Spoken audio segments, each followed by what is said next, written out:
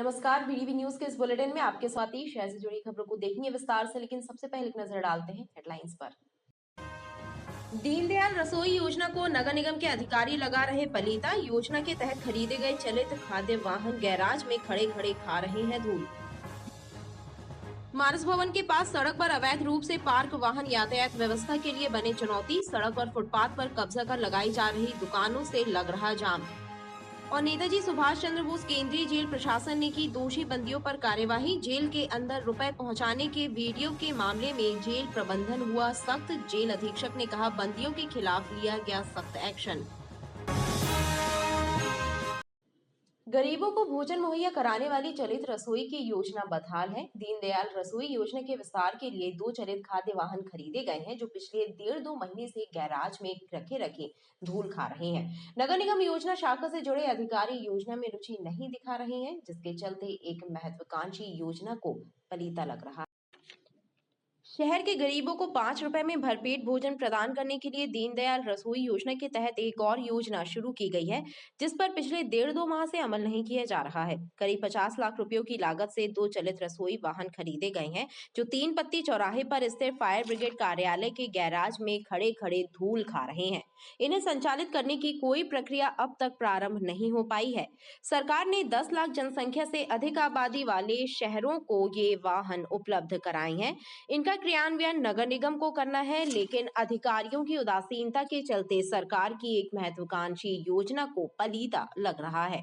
हालांकि जिम्मेदार अधिकारियों का कहना है कि चलित खाद्य वाहनों को 1 सप्ताह के भीतर शुरू कर दिया जाएगा। चुनाव आचार संहिता के कारण कुछ विलंब हुआ है। मानस भवन के आसपास सड़क पर अवैध रूप से पार्क किए जाने वाले वाहन यातायात व्यवस्था के लिए चुनौती बने हुए हैं। सड़क और फुटपाथ पर कब्जा करके लगाई जाने वाली दुकानों के कारण जाम लगता है, एक्सीडेंट होते हैं, लेकिन जिम्मेदार विभाग और अधिकारी ध्यान नहीं दे रहे। मानस भवन के पास स्मार्ट सिटी कार्यालय के कैंपस में पजल पार्किंग होने के बावजूद लोग छोटे बड़े वाहन सड़क पर खड़े करते हैं, जिसकी वजह से यातायात व्यवस्था प्रभावित होती है। मानस भवन के सामने सड़क पर अवैध रूप से पार्क किए जाने वाले वाहनों के कारण जाम लगता है, रोड एक्सीडेंट हो रहे हैं, लेकिन जिम्मेदार विभाग और अधिकारी सब कुछ देख कर भी अनदेखा कर रहे हैं। मानस भवन के यहाँ कोई कार्यक्रम होता है तो चारों तरफ वाहन खड़े हो जाते हैं और पार्किंग की व्यवस्थाएं बिल्कुल चरमरा जाती हैं। लोगों को निकलने में घंटों टाइम लगता है। और यहाँ सामने चाय सुट्टा बार भी है, तो उसके सामने भी वाहन लोग ऐसे खड़े कर देते हैं कि लोगों को निकलने में काफ़ी दिक्कत होती है, जाम की स्थिति क्या मांग करते हैं आप? तो पार्किंग व्यवस्थित होना चाहिए। यहाँ पे मानस भवन के सामने ट्रैफिक जाम हो रहा है, गाड़ियाँ खड़ी हैं रोड के साइड में, उससे थोड़ा तकलीफ होती है। जाम लगा हुआ है यहाँ, अभी कुछ फंक्शन रहता तो उसकी वजह से हो जाता है थोड़ा। पार्किंग मिले, अगर प्रॉपर पार्किंग रहे तो अच्छा रहेगा। रिहायशी इलाके में खुली दुकानों के कारण क्षेत्रवासी परेशान हैं। घरों के सामने बिना अनुमति लिए खड़े किए जा रहे वाहनों को लेकर विवाद की स्थिति बनती है। उसके बावजूद जिम्मेदार विभाग कोई कार्यवाही नहीं कर रहे हैं। ठंड का मौसम किसी गरीब परिवार के बच्चे पर कहर बनकर ना टूट पाए, इसके लिए समाज सेवियों ने सरकारी स्कूल में गर्म कपड़ों का वितरण किया। इस दौरान डॉक्टर्स ने बच्चों को स्वास्थ्य संबंधी कई महत्वपूर्ण जानकारियां भी। एक समाज सेवी संस्था द्वारा करमेता शंकर चमन नगर स्थित शासकीय प्राथमिक शाला के बच्चों के बीच गर्म कपड़ों का वितरण किया गया। संस्था में शामिल कुछ चिकित्सकों ने इस दौरान बच्चों को स्वास्थ्य संबंधी महत्वपूर्ण जानकारियां भी प्रदान की। बच्चों को टूथब्रश करने का सही तरीका भी सिखाया गया।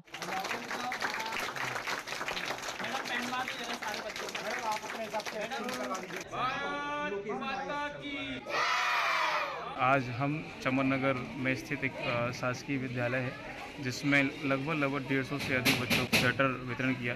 और इस दौरान हमारे बीच में डॉक्टर नंदन शर्मा जी, डॉक्टर विवेक गुप्ता जी आए। उन्होंने बच्चों को स्वेटर का वितरण किया और उन्होंने बच्चों को कुछ ऐसी विशेष बातें भी बताई कि हमें अपने जीवन में कैसे रहना है और कैसे अपने स्वास्थ्य को ध्यान देना है। इस दौरान समाज सेवी संस्था के द्वारा 100 से ज्यादा बच्चों को स्वेटर प्रदान किए गए, साथ ही खाद्य सामग्री का वितरण कराया गया। व्यापार के ऑनलाइन प्रचार प्रसार के लिए व्यापारियों को जागरूक और प्रशिक्षित होना जरूरी है। इसके लिए जबलपुर में confederation of all India traders CAIT के तत्वावधान में एक ट्रेनिंग प्रोग्राम आयोजित किया गया। इस कार्यक्रम में बड़ी संख्या में उद्योगपति और व्यापारी शामिल।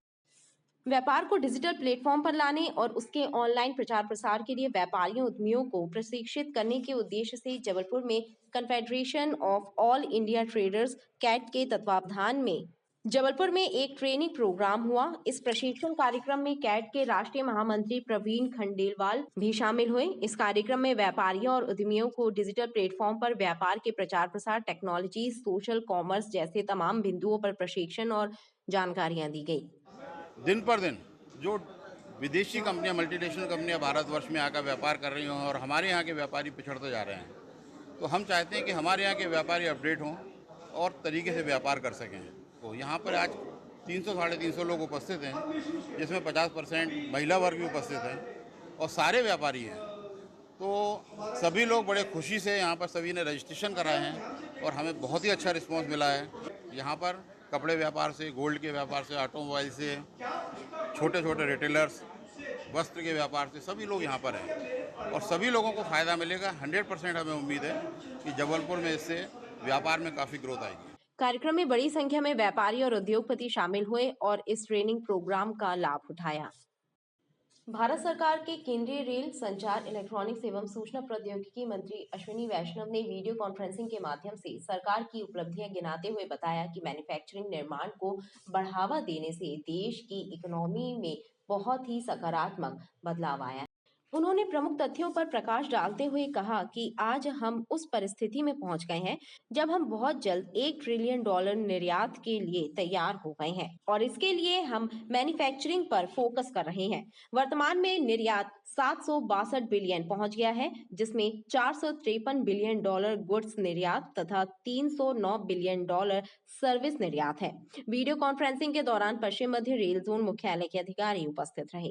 एज एन इन्फ्लेक्शन पॉइंट आया है, जो कि अभी हमारे यहाँ सर्विस लेड ग्रोथ थी, उससे हम अब manufacturing and export led growth की तरफ बढ़ रहे हैं। तो basically minister of railways honourable Ashwini Vaishnaw ji ने इसी के बारे में एक्सप्लेन किया है कि किस तरह से यह export and manufacturing led growth है। इससे जो हमारे यहाँ के जॉब क्रिएशन है वो मतलब जो फॉर्मल जॉब क्रिएशन है वही देश भर में 1,70,00,000 से 1,80,00,000 के बीच में हो रहा है और इतना ही करीब या इससे थोड़ा सा ज़्यादा आप मान सकते हैं इनफॉर्मल सेक्टर जॉब क्रिएशन है, जिसके चलते जो हॉलिस्टिक ग्रोथ देश में। बिजली की बचत के लिए विद्युत विभाग लोगों को समय समय पर जागरूक करने का प्रयास करता है, लेकिन बिजली बचाव को लेकर सरकारी कर्मचारी ही सक्रिय दिखाई नहीं देते। ऐसे में दिन निकल आने के बाद भी शहर की कई सड़कों पर स्ट्रीट लाइटें जलती रहती हैं। बिजली की बचत के लिए तरह तरह के प्रयास और आम जनता को जागरूक करने का प्रयास किया जाता रहा है, लेकिन दूसरी ओर सरकारी विभागों के कर्मचारी ही बिजली की बर्बादी रोकने सक्रिय नहीं हैं। ऐसे में शहर के कई क्षेत्रों में दिन के समय भी स्ट्रीट लाइटें जलती रहती हैं, जिससे बिजली की बर्बादी हो रही है। ऐसे में आम जन जिम्मेदार विभागों के अधिकारियों, कर्मचारियों की लापरवाही और अनदेखी पर सवाल भी उठा रहे हैं। मैं अभी नोदरा बिस साइड से आ रहा हूँ और यहाँ जिला कलेक्ट्रेट तक आया हूँ रसल चौक नोदरा बिस से। तो मुझे लगता है कि दिन में अगर लाइट जल रही है तो इसका पूरा भार आम जनता पे पड़ेगा, यहाँ के जितने विभाग हैं, ब्लॉक हैं, उन पर पड़ेगा, क्योंकि आम जनता को ही ये बिल देना पड़ेगा। पर ऐसे कई जगह हैं जो पूरे जबलपुर लोकसभा में आप देखिएगा, जाइएगा, खुद विजिट करिएगा, आपको कहीं ना कोई पोल में लाइट जलती हुई नजर आती है। एमपीवी वाले जितने भी, उनको लगाम लगानी चाहिए, क्योंकि जनता पे इस चीज का भार नहीं पड़ना चाहिए। दिन के समय स्ट्रीट लाइटों के जलते रहने से जहां एक तरफ बिजली बर्बाद हो रही है, तो वहीं सरकारी विभागों को भी नुकसान हो रहा है, लेकिन इस ओर ध्यान ना दिया जाना लोगों की समझ से परे है। नेताजी सुभाष चंद्र बोस केंद्रीय कारागार के अंदर रुपए पहुंचाए जाने का वीडियो वायरल होने के मामले को लेकर हड़कंप मचा हुआ है। इस मामले को लेकर हरकत में आए जेल प्रशासन ने दोनों बंदियों के विरुद्ध दंडात्मक कार्रवाई करने के संकेत दिए हैं। जेल अधीक्षक अखिलेश तोमर का कहना है कि वीडियो में दिखाई पड़ रहे दोनों बंदी खुली जेल में सजा काट रहे हैं। नेताजी सुभाष चंद्र बोस केंद्रीय कारागार में रुपए पहुंचाए जाने का वीडियो वायरल होने का मामला सुर्खियों में है। इस मामले के संज्ञान में आने के बाद हरकत में आए जेल प्रशासन ने दोनों दोषी बंदियों नागेंद्र और उजियार सिंह के विरुद्ध दंडात्मक कार्रवाई की है। जेल अधीक्षक अखिलेश तोमर ने बताया कि यह घटना 1 दिसंबर की है। दोनों बंदी खुली जेल के सजायाफ्ता हैं और जेल के बाहर काम करते हैं। मामला संज्ञान में आने के बाद जेल प्रशासन ने भविष्य में इन्हें पैरोल नहीं देने और सजा माफी न देने का निर्णय लिया है। ये जो घटना है ये पुरानी है, ये आज कल या परसों की नहीं है, ये 1 तारीख की बात है। ये जो बंदी एक है नागेंद्र जिसका नाम है, जिसको पैसे लेते हुए दिखाया जा रहा है, ये बंदी भी बाहर काम करता है। स्वाभाविक है, पैरोल जाता है, कमान पास है इसलिए गेट के बाहर काम करता है, गार्ड रूम की सफाई भी करता है, मुलाकात जहाँ होती है वहाँ की सफाई भी करता है, साथ साथ में जो परिजन आते हैं उनके कपड़े वगैरह जो आते हैं उनके रजिस्टर में लिखता है और इकट्ठा करता है और साथ में ये लेकर के आता है। वहाँ पे और भी कर्मचारी रहते हैं जो नाम लिखते हैं, इसी के साथ बैठते हैं। उस दिनांक को 1 दिसंबर की दिनांक को जब 1-1:30 बजे मुलाकात ख़त्म हो जाती है, 1:30 बजे के बाद, तब कर्मचारी भी बाहर निकल आए, ये वहाँ सीट पे बैठा रहा, ये अपने रजिस्टर वगैरह जो भी लिख रहा होगा। इसी में इसका और जो उजियार सिंह जो बंदी है, ये भी खुली जेल का बंदी है, बाहर ठेला लगाता है, कपड़े की दुकान लगाता है, ये सारे काम करता है। इसका कुछ आपस में कोई लेन देन रहा होगा, तो उस उजियार सिंह जो पैसा दे रहा है वो वस्तुतः खुली जेल का बंदी है जो पैसा इसको दे रहा है। क्या कार्रवाई हुई इसके बाद? हाँ, तो बताना ये चाहूँगा कि ये ऐसे नहीं है, ये आया बंदी तो तुरंत पकड़ा गया तो कार्रवाई की गई। कार्रवाई ये की गई है, खुली जेल का बंदी अंदर आ गया, अच्छे आचरण पर रहता है, बंद जेल में रहेगा, पैरोल जाता है, पैरोल निरस्त हो गई, पैरोल नहीं जाएगा। इसी प्रकार से ये नागेंद्र बंदी है, इसकी भी यही स्थिति है कि इसकी आचरण संबंधी संदिग्ध होने के कारण इसकी माफ़ी काट दी गई। 1 महीना जो भी वैधानिक नियम अनुसार कार्रवाई होती है, पैरोल जाता था, पैरोल बंद कर दी गई है। ये इसकी वैधानिक कार्रवाई है और अब भविष्य में ना ये पैरोल जाएंगे और ना इनको विशेष माफ़ी दी जाएगी। जेल प्रशासन द्वारा इस पूरे मामले की जांच की जा रही है और इस बात का भी पता लगाया जा रहा है कि जेल के अंदर रुपए पहुंचाने के मामले में और किस किस की भूमिका है। भेड़ाघाट से लगे तेवर में वन विभाग की टीम ने एक युवक के कब्जे से वाइल्ड बोर का मांस बरामद किया है। इस मामले में युवक को हिरासत में लेकर पूछताछ की जा रही है। जिले में जंगली जानवरों के शिकार और उनके मांस विक्रय करने वाले शिकारी सक्रिय हैं। वन विभाग की टीम ने भेड़ाघाट से लगे तेवर में गौरव रैकवार नामक एक युवक के कब्जे से वाइल्ड बोर का मांस जब्त किया है। वन अधिकारियों का कहना है कि वाइल्ड बोर का शिकार कर उसके मांस को विक्रय किया जा रहा था। वन विभाग को जब मामले की जानकारी लगी तो वन अमले ने दबिश दी और गौरव रैकवार के कब्जे से वाइल्ड बोर का मांस जब्त किया, जिसे परीक्षण के लिए भेजा गया है। साथ ही मामले में वन्य प्राणी अधिनियम की विभिन्न धाराओं के तहत प्रकरण दर्ज कर मामले की जाँच की जा रही है। कल लगभग 12 बजे दोपहर को मुखबिर द्वारा सूचना दी गई, कोई गोलू रैकवार है, गौरव रैकवार, ये मांस वितरित कर रहे हैं जंगली सुअर का, मतलब शिकार कहीं हुआ है, जंगली सुअर का मांस जो है लाकर बांट रहे हैं लोग। तो तत्काल वन अमले को वहाँ भेजा गया, परिक्षेत्र अधिकारी और परिक्षेत्र सहायक हमारे, उन्होंने मौके में कम से कम आधा किलो मांस ऐसा जब्त किया है और प्रथम दृष्टया तो लग रहा है जंगली सुअर ही है, तो उनके खिलाफ प्रकरण दर्ज कर लिया है गौरव रैकवार के खिलाफ उर्फ गोलू। और अभी विवेचना में जैसे चीज़ें आती जाएंगी तो और प्रकरण किसको इन्होंने बांटा है, कौन कौन शिकार में शामिल रहे, तो उस प्रकार हम लोग फिर आगे बढ़ेंगे। अभी वन प्राणी अधिनियम 1972 की धारा 9 एवं धारा 11 के तहत अपराध पंजीबद्ध किया गया है। वन अधिकारियों के मुताबिक युवक से इस संबंध में पूछताछ की जा रही है और मामले की जाँच जारी। गौरचौकी क्षेत्र जमतरा रेलवे ट्रैक पर बीती रात एक अज्ञात व्यक्ति की ट्रेन की चपेट में आ जाने से मौत हो गई। गौरचौकी पुलिस ने मृतक का शव मेडिकल भेजा है और मृतक की शिनाख्ती के प्रयास शुरू कर। गौरचौकी क्षेत्र जमतरा रेलवे ट्रैक पर एक अज्ञात व्यक्ति की ट्रेन की चपेट में आ जाने के बाद मौत हो गई। स्टेशन मास्टर की सूचना के बाद पुलिस मौके पर पहुंची और शव को मेडिकल भेजा। पुलिस को मृतक के पास ग्वारीघाट से जमतरा रेलवे स्टेशन का रेल टिकट भी मिला है। इस आधार पर पुलिस छानबीन में जुटी हुई है।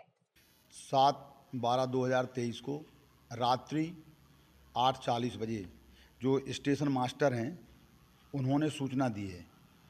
उन्होंने सूचना दी कि जो रेलवे लाइन है वहाँ पर एक आदमी रेल से टकराकर फौत हो गया है। उनकी सूचना पर मौके पर पहुँचे और मौके पर पहुँच करके तो एक अज्ञात मृतक मिला। उसकी उम्र करीबन होगी 35-40 साल के करीब होगी। बॉडी मिली जिस पर मर्ग कायम करके पंचनामा करके लाश को अभी मेडिकल कॉलेज की मर्चुरी में रखवाया है।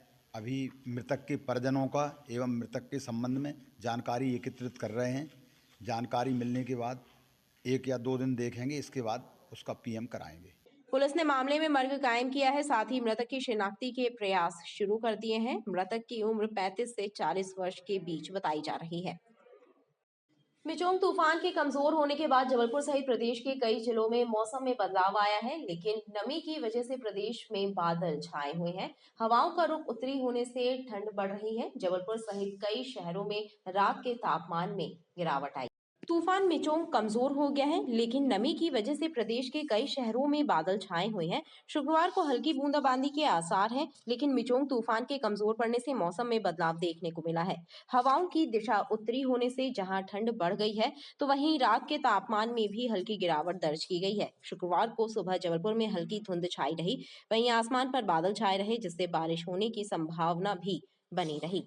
लोगों ने मौसम में परिवर्तन के साथ ही ठंड का भी उसके मौसम के कारण पूरा व्यापार चौपट हो गया है और मौसम की ऐसी आंख मिचोली को समझ के बाहर है। अभी बोल रहे थे कि मिचोंग क्या बोलते तूफान के कारण ऐसा हो रहा है, लेकिन फिर वो बादल छा गए हैं, समझ से परे है।